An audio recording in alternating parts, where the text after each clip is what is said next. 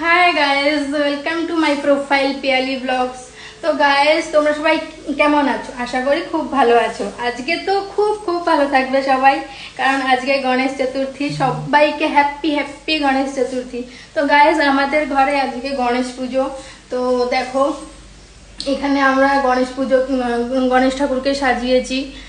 গণেশের মূর্তিকে এনে রেখে আমরা সাজিয়েছি। তো ফল ভোগ ভোগ প্রসাদ সব সাজানো গোছানো হয়ে রাখা হয়েছে। আর এখনো পর্যন্ত পুরোহিত মশাই আসেননি পুজো করার জন্য। তো আমরা তারই অপেক্ষা করছি, পুরোহিত মশাই এসে পুজো করবে।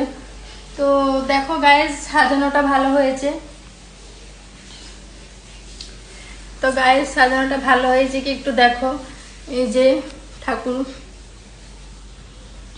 আর এখানে সব ফল প্রসাদ সাজানো হয়েছে।